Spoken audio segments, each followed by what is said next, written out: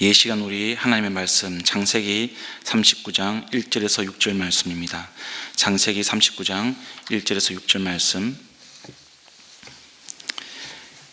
우리 함께 봉독하도록 하겠습니다. 한 목소리로 봉독합니다. 요셉이 이집트로 끌려갔다. 요셉을 이집트로 끌고 내려간 이스마엘 사람들은 바로의 신하인 경호대장 이집트 사람 보디발에게 요셉을 팔았다. 주님께서 요셉과 함께 계셔서 앞길이 잘 열리도록 그를 돌보셨다. 요셉은 그 주인 이집트의 사람의 집에서 살게 되었다.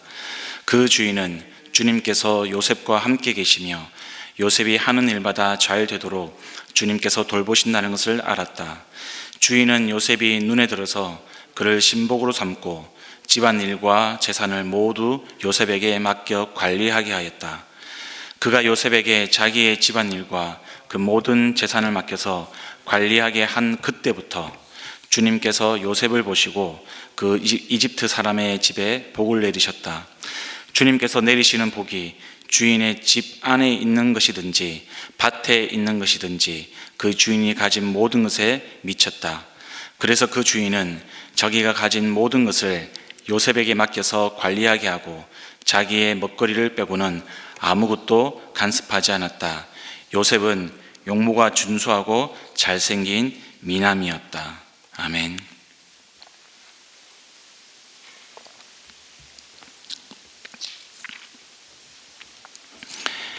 성도 여러분, 제가 이 오늘 설교를 준비를 하고 본문을 묵상을 하는데 두 사람이 마음속에 떠올랐습니다.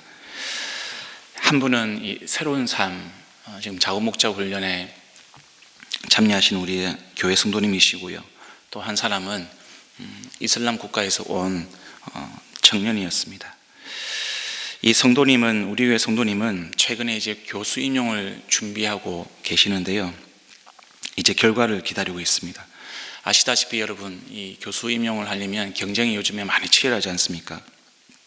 근데 이분이 준비를 할 때는 충분하지 않은 시간이 준비를 해야만 했습니다. 그래서 이 성도님이 준비를 하면서 주어진 시간이 많지 않다 보니까 스트레스를 처음에 많이 받았습니다. 근데 그때 이분이 생각지도 못하는 그런 방법들을 통해서, 그런 사람들을 통해서 성도님들을 위로하고 격려해주는 그런 주변의 사람들이 있었습니다. 성도님은 그 위로와 격려가, 본인이 받는 그 위로와 격려가 마치 이 하나님의 손길처럼 느껴졌다. 그래서 그 스트레스로 힘들던 마음이 평안해질 수 있었다. 이렇게 저에게 나눔을 해 주셨습니다. 우리는 이런 평안이 우리 가운데 임할 때 이것을 하나님이 주시는 샬롬, 평강이라고 우리는 이야기를 합니다. 이런 샬롬은 하나님께서 우리와 함께 하신다는 것을 우리가 느낄 때, 또 그것이 나를 붙드시는 하나님의 손길이라 이것을 느낄 때 우리가 누릴 수 있는 평강입니다.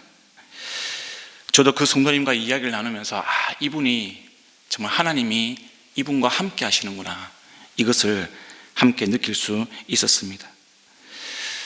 이 성도님처럼 우리는 종종 우리 인생을 살아갈 때 힘들고 어려운 상황 가운데 우리가 빠질 때 우리가 함께 하시는 그 하나님의 손길을 강하게 느낍니다. 오늘 이 본문 속의 요셉의 이야기도 마찬가지입니다.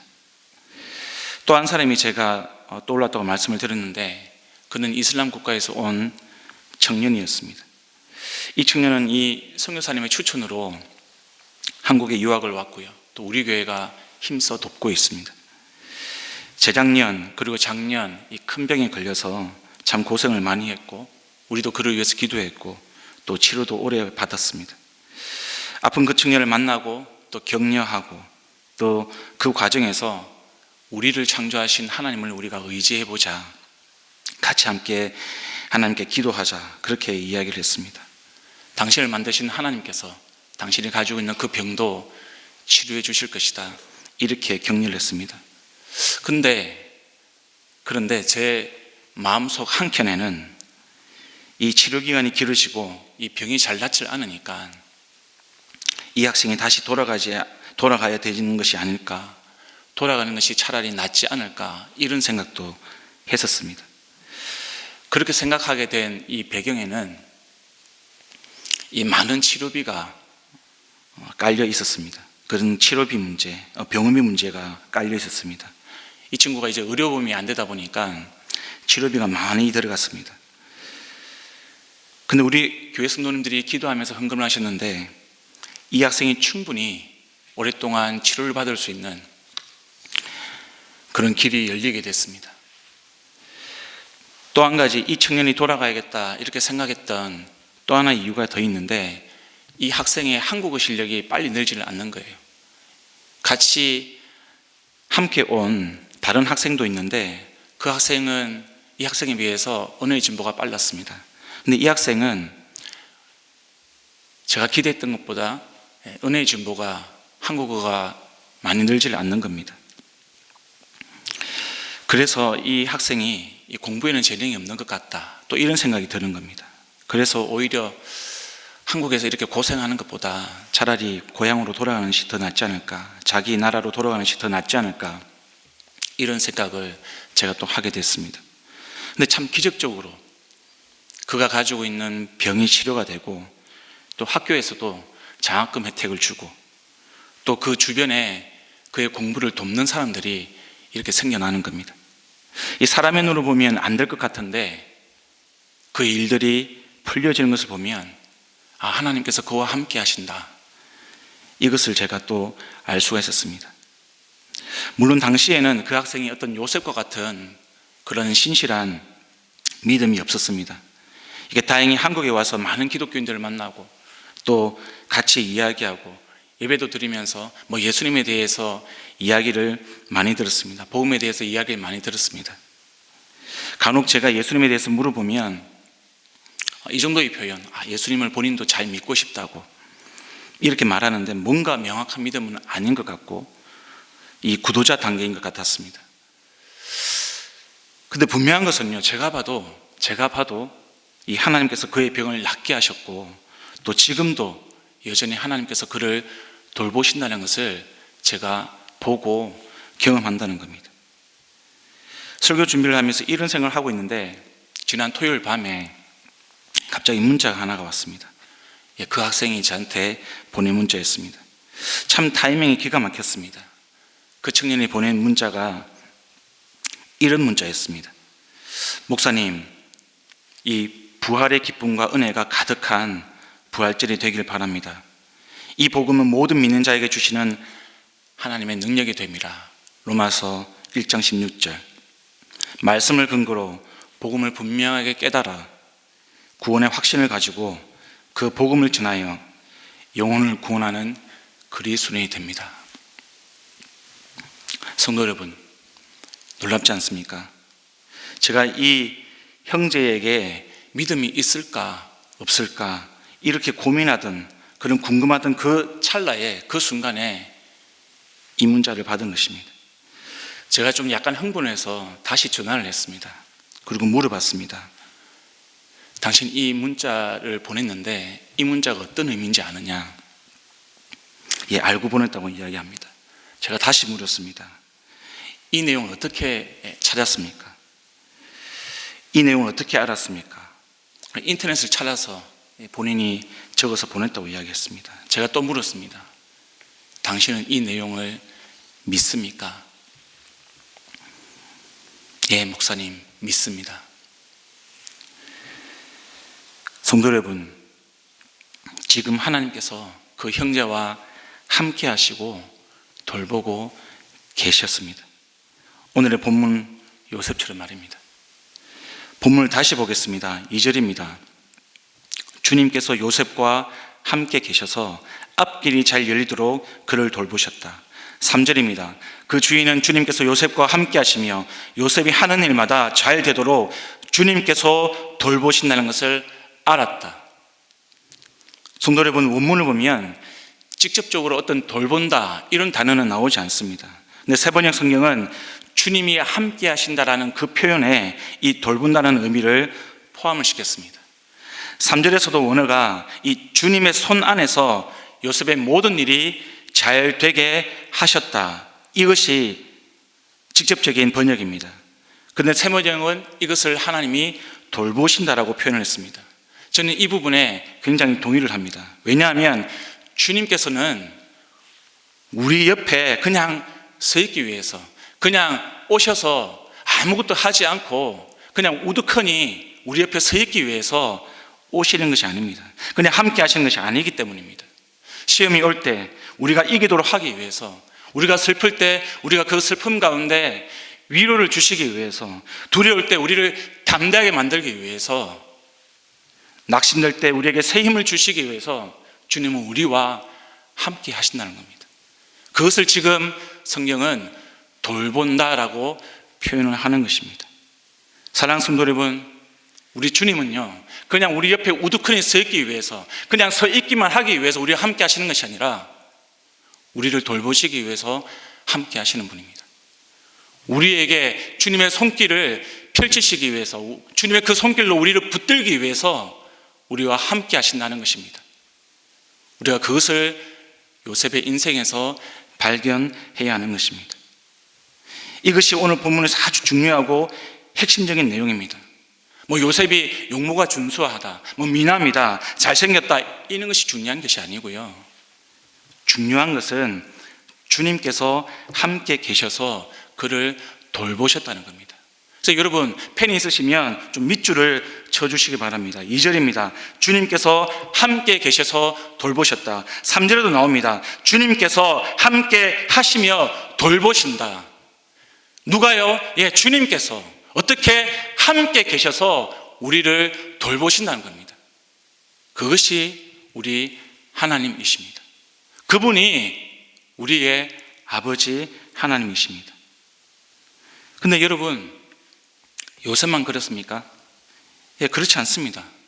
저와 여러분도 마찬가지입니다. 지금 주님이 저와 여러분에게 함께 하십니다. 지금 주님이 우리를 그렇게 소중하게, 그렇게 귀하게, 보배보다 존귀하게 여겨주시는 겁니다. 그러면 이제는 우리는 어떻게 해야 합니까? 맞습니다. 우리와 함께 하시고 우리를 돌보시는 주님을 의지해야 되는 것이죠. 근데 여러분, 우리가 주님을 의지할 때 우리는 한 50%만 주님을 의지하고 나머지 한 50%는 의지하지 않아도 되겠습니까? 그렇지 않습니다. 우리는 주님을 전적으로 의지해야 됩니다. 우리가 어느 정도만 하나님을 의지하고 어느 정도는 내 힘으로 살아가는 것, 그것은 주님이 원하지도 않고요. 그것은 주님을 의지하는 것도 아닙니다. 성경은 그것에 대해서 어떻게 이야기하냐? 그것은 우상 숭배다라고 이야기합니다. 적당히 하나님을 믿는 것, 적당히 하나님을 섬기는 것, 그것은 성경이 우상 숭배라고 이야기를 합니다. 우리가 주님을 의지한다라고 할 때 그것은 주님을 온전하게 의지하는 것을 이야기합니다. 내 힘으로 한번 해보고 안 되면 그 다음에 하나님을 의지하는 것, 그것은 주님을 온전하게 의지한다라고 할 수가 없는 것입니다. 전적으로 하나님을 의지하는 것이 중요합니다. 저와 여러분이 우리와 함께 하시고 우리를 돌보시는 주님을 온전하게 믿는 자가 되길 소망합니다. 오직 그분의 손길만 의지해서 우리가 이 한 주간도 살아갈 수 있기를 간절히 소망합니다. 오늘 본문에서 우리가 또 한 가지 기억해야 되는 것이 있는데요, 그것은 주님이 요셉의 앞길을 잘 열리도록, 그리고 모든 일이 잘 되게 하셨다는 겁니다. 근데 여러분, 우리가 이것을 세상의 시선이 아니라 주님의 시선으로 이 표현을 이해를 해야 합니다. 여기에 대해서는 옆에 큐티 해설이 잘 설명을 해놓았습니다. 이것은 단순하게 주님이 요셉을 출세시켰다, 이런 의미가 아닙니다. 어떤 상황에서도 사명을 수행할 수 있도록 도우셨다, 이런 뜻입니다.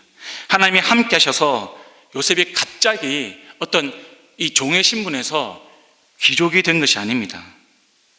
그는 여전히 이집트 파라오의 경호대장 보디발의 종이었습니다. 여전히 그는 보디발의 소유물이었습니다. 그런데 그는 자기 신세를 한탄하면서 하나님과 형들을 원망하지 않았습니다. 물론 그도 사람이었기 때문에 아마도 처음엔 그런 마음이 들었을지도 모르겠습니다.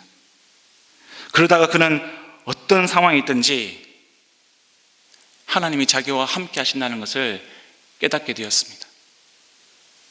비록 자기가 종으로 팔렸지만, 비록 이집트에 와서 내가 종의 신분으로 살아가지만 어느 한순간 하나님께서 나를 돌보시고 있구나. 내 인생의 주인이 하나님께 있구나. 내가 종이든 평민이든 귀족이든 신분의 높낮이가 중요한 것이 아니라는 것을 그는 깨달았습니다. 내가 물질적으로 부유하든 내가 그렇지 않든 그것이 중요한 것이 아니구나. 그것이 믿음의 본질이 아니라는 것을 그는 깨달았습니다. 자기 형편이 어떠하든지 자기 인생이 하나님께 붙들받은 사람이라는 것을 그는 아는 사람이 되었습니다.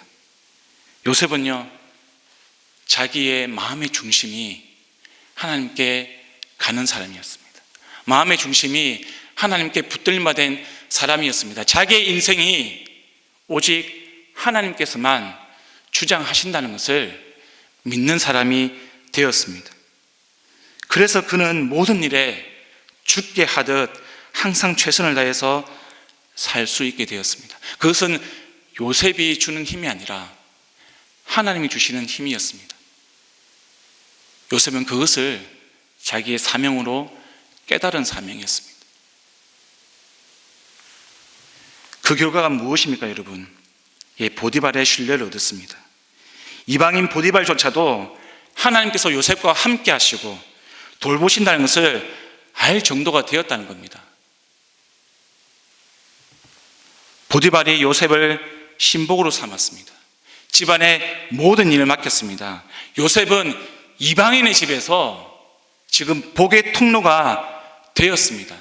성경은 이방인의 집에서 복의 통로가 되어서 복이 되어서 모든 일에 죽게 하듯 하는 요셉의 모습을 우리에게 기록을 하고 보여주고 있습니다. 성도 여러분, 이것은요, 세상을 살아가는 우리 그리스도인들에게 너무나 중요한 내용입니다. 이 내용과 연결해서 우리가 기억해야 할 성경 말씀이 있습니다. 마태복음 5장 16절 말씀입니다. 이같이 너희 빛이 사람 앞에 비치게 하여 그들이 너희로 착한 행실을 보고 하늘에 계신 너희 아버지께 영광을 돌리게 하라. 하늘에 계신 너희 아버지께 영광을 돌리게 하라.